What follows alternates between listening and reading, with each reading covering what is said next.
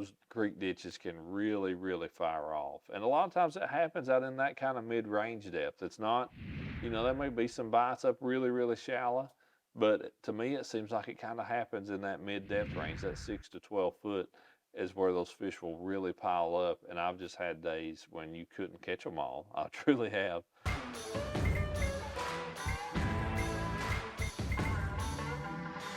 Hey everybody, welcome back to the channel, and for the technique of the month here for October, like I mentioned on the Pick 2 More video, I think we're going to change the directions a little bit. So let us know what you like, especially between these two, the Pick 2 More as well as the technique of the month. If there's one of these that just stands out as absolute better for you, or a combination of the two you think would be good, or something completely different that we've not even tackled yet, let us know kind of your thoughts on that, and we'll try to address that coming up for the 24 season. Try to come up with a fresh series and a fresh spin, to help you all continue to learn more about fishing and help you up your game.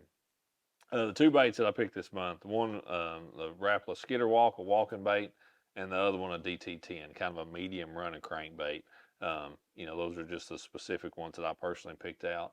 But the technique really to apply those two baits, something that I have done a lot this time of the year. And some years it seems like it's extremely good. I mean, it is the pattern.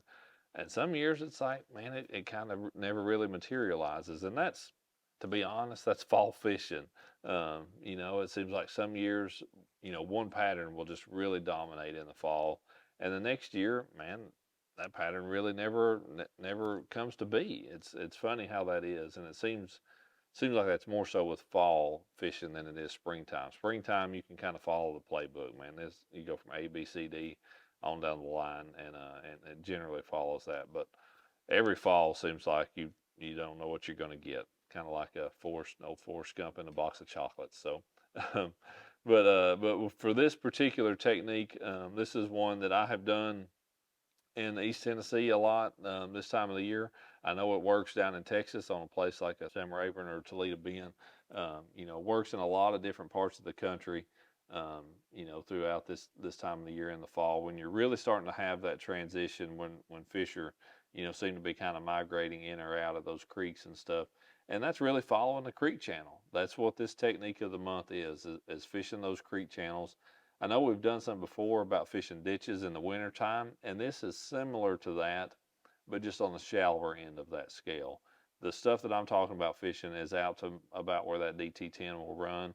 I've even caught them out a little deeper, 14, 16 foot sometimes, but a lot of this is going to be from that 2 foot deep stuff where I'm going to be throwing the Topwater out to that 8, 10, 12 foot depth range where I'll be throwing something like that DT10.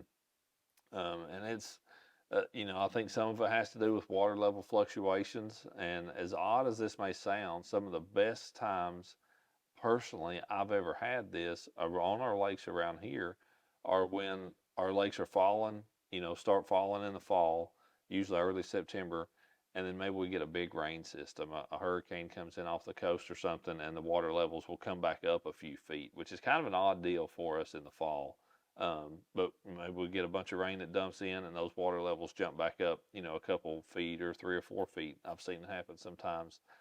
And something happens when that does, and those creek ditches can really, really fire off. And a lot of times it happens out in that kind of mid-range depth. It's not, there may be some bites up really, really shallow, but to me it seems like it kind of happens in that mid-depth range, that 6 to 12 foot is where those fish will really pile up. And I've just had days when you couldn't catch them all. I truly have. And those are very memorable, and why it makes it easy for me to talk about this technique, because it, again, like I said, it doesn't line up every year, but man, when it does, it can make for some very, very memorable fishing trips. But you're looking for any kind of irregularities in that creek ditch, a bend in it, a rock pile in it, a piece of brush, a stump, something like that. But any type of place where you've got a good defined creek channel, something that's going to have at least a couple of foot drop from the flats on the sides down into the creek channel itself down in the bottom. And once you've fished them in a body of water, you're going to know, man, they'll use this corner they'll use that point, they'll use this intersection. You kind of really learn the places where they use, and you're going to learn there's a lot of dead creek, and then there's going to be little sweet spots, little, you know, high percentage areas that you're going to fish. And as the lake levels fall, those places that were good with the DT10, a lot of times they're still going to be good once it's down to only 2, 3, 4 foot deep to throw that topwater across, you know. So that topwater becomes a big deal for me once I am, you know, sub 5 feet for sure, but really sub 4, 3 foot from there all the way up to the back of it, and that's where that topwater is really gonna get the nod for me fishing back in those flats and stuff. And it's just a good steady, you know, just working that bait, just a good steady retrieve, walking it back. If I see a particular piece of cover that I'm walking it across, I may give it a couple quick twitches, then stop, and then, you know, begin that steady twitch again with that walking bait. But you know, generally speaking, just a steady. And as the water gets cooler, I'm going to slow it down a little bit. But if it's, you know, 60, 65, upper 60s, man, I'm going to be bringing that bait pretty quick, even though I'm walking it. You know, don't want to give them too good of a look at it. For the setup I'm fishing that on, that's a Johnny Moore Signature Series rod. That's a 6/8 medium action rod.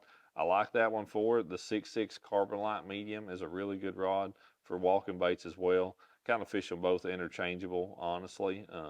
They're both really great rods. Johnny Moore's Platinum Reel, that's a 6/8 to 1 gear ratio, and then I've got 30-pound Bass Pro braided line on there. And sometimes in really clear water, I actually had one already on this rod. I'll use a leader on that, but I'm only going to use 1.5 foot, 2 foot, and I'll use fluorocarbon for that because I'm not using very much. So it's not going to matter that little bitty piece of fluorocarbon sinks. You know, if you were using 8 or 10 foot of it or something, then it might negatively affect the action of the bait. But that little short piece isn't going to hurt anything. The reason I use it, especially with a prop bait or a popper or something like that, is that it keeps from fouling the bait. You don't deal with that quite as much on a walking bait, but it does still kind of help keep that from happening, and just add a little bit of invisibility there to it. But really, really great setup. And one note I'm going to mention, this is the first year, honestly, that I have used the Signature Series. I've used the Platinums a lot, of course, the Crank and Stick, Carbon Light.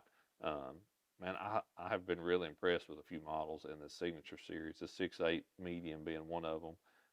The 7/2 medium heavy being another one, but really great rod. And I like the cork handle. I kind of like the feel of that cork.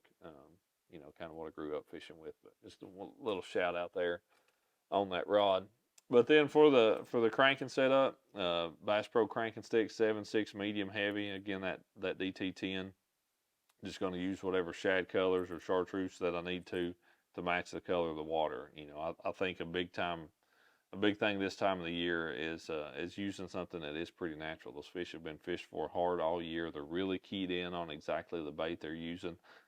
So that Caribbean shad truly isn't a color I'm going to use a ton this time of the year. Green gizzard is probably going to be day in and day out the first one that I'm going to use. Big shad is going to be another really natural, you know, real subtle shad color that I'm going to use. But yeah, that 7/6 medium heavy cranking stick, 6/8 to 1 platinum reel, and 12-pound test XPS fluorocarbon line on that one. But you know, if I was going to give you one tip with that crankbait this time of the year, you're gonna catch some fish on that bait. You know, bringing it pretty quick, faster retrieve than what you would think probably for the water temperature, and you know, just making sure that you're making bottom contact with that thing the majority of the retrieve. And if you see fish following your bait, you know, on your electronics and stuff, man, you know, kind of make that bait erratic. You know, as you get it close to the boat, snap it up a little bit, burn it a few cranks and stop it. Really try to trigger those fish into biting, because just like those fish up shallow on those flats that we talked about in September, these fish truly don't want to feed a lot this time of the year. If you're not out there on a good windy day or something, you've got to trigger those fish into biting. So making your retrieve erratic with that crankbait is going to be a good way to do that. So be sure you check those ditches out there on the lake that you're fishing this year. It can be a time when you cover a lot of dead water, but once you find that wad of them, like I said, I've had days where I just could not catch them all. So it can be a fun technique. Hope you get out there and enjoy it.